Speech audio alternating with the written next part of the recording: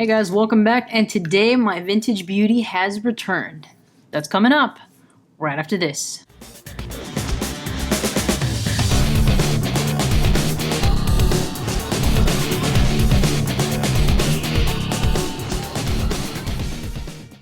As you can see, the Citizen has returned. Now, if you guys remember originally, and we're going to get into breaking all this down by price and everything, so you guys have an idea of what might happen if this is something that you decide to take on yourself, if you're not already into vintage pieces, but it's something that you've been thinking about. This is the 1980 Citizen Challenge Timer Chronograph Bullhead. Now, the Panda dial, obviously. So if you guys remember originally, I had ordered this one from a dealer in Illinois, and he said he'd had it serviced a while ago and that it would just take a regular service to get it back up and running again. Now you guys can see the hands for this one originally were not in particularly good condition. I was thinking I'd probably just get a replacement anyways, but when I took it into the watchmaker, it turned out that he said there were a lot of issues with the movement and that it was not likely something that he could repair. Now, that's the first watchmaker that I went to. I ended up finding another guy, 55 years experience.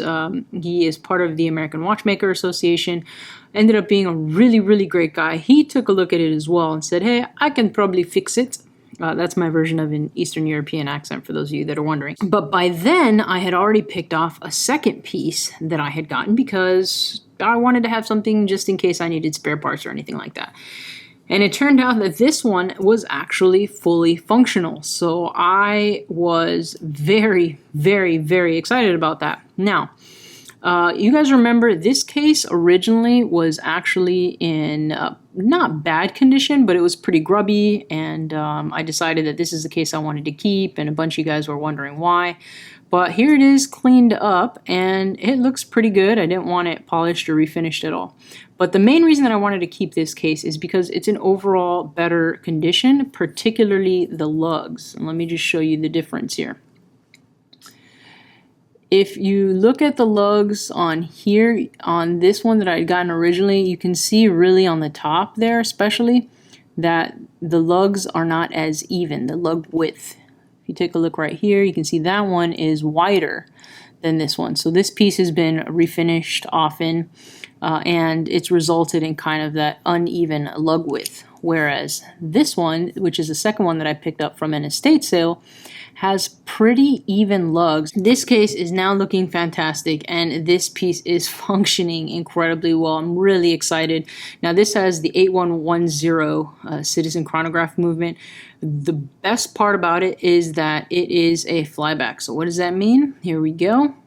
The second I push this, it's going to go back and it starts up again. Now listen, this is a feature that you normally get in something that you pay thousands more than I paid for this one. So speaking of payment, let's talk about how much I'm into this Citizen for. So originally I picked this one up for $225. All of this is in US dollars, of course. And then there was the second one that I picked up, and I got this one on eBay for $152. So that, and then when I took it into the watchmaker, for him to, originally this didn't have a pusher, so for him to take the pusher off this one, take a look at the movement, tell me if it was in good condition, whether or not he thought it needed to be serviced, replace the crystal from the one that was on this one, which was in better condition. All that, he charged me only $50 to do that, which anywhere else would have been much, much more than that. So, you know, this guy's fantastic. I mean, he's just doing it now because he loves to do it, you know, and he doesn't want to gouge people with the prices. And, you know, I'm obviously perfectly okay with that. So that takes us to a grand total of, let's see, carry the one. That takes us to a grand total of $427. Now, if I wanted to sell this piece as is, I could probably get at least a very modest $100, which would take me down to $327 for this.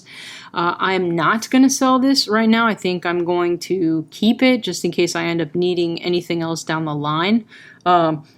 And this is in incredible condition. The dial is fantastic. The loom even still works. I'll be doing a full review on this after I've had the opportunity to wear it for a while. The markers are all intact. The hands are in great condition. You know, the case has its dings showing it's been worn, but you know, I've got no problems with that. I absolutely love it. So let me put it on. Here it is. It is my vintage 1980 Citizen Challenge Timer Bullhead Panda dial. I know it's a complete mouthful, but I am absolutely in love with this piece. I'm so happy to have gotten it. I've got to tell you right now, it is neck and neck for my favorite piece, right up there with the JLC. You know, part of that is the fact that it's got such an epic movement that you'd have to pay thousands more to get right now. I mean, we're talking a chronograph, we're talking flyback, we're talking vertical clutch, column wheel, all that crazy stuff that you hear talked about in luxury brands. And that's something that Citizen was offering in 1980 for what was then, I'm sure, an incredible price, and is something you can still pick up now for an incredible price. So this is my first adventure into vintage pieces. Well, technically second, because I did pick up that pocket watch, which I also had serviced with the same watchmaker for another $50. And is working incredibly well right now. Will I pick up more vintage pieces in the future? I think it's pretty safe to say that I probably will. So Instagram, Facebook, you guys will probably see this one all over that for a while, because it's obviously something that I am completely smitten with at the time. But that is my update for the Vintage Citizen. I am super excited to have it back, and this will not be my last venture into vintage pieces, I'm sure. So if you guys enjoyed this episode or found it useful, don't forget to give it a thumbs up and share. And if this is your first time here, don't forget to subscribe for more videos like this. That's it for this one. CG, out.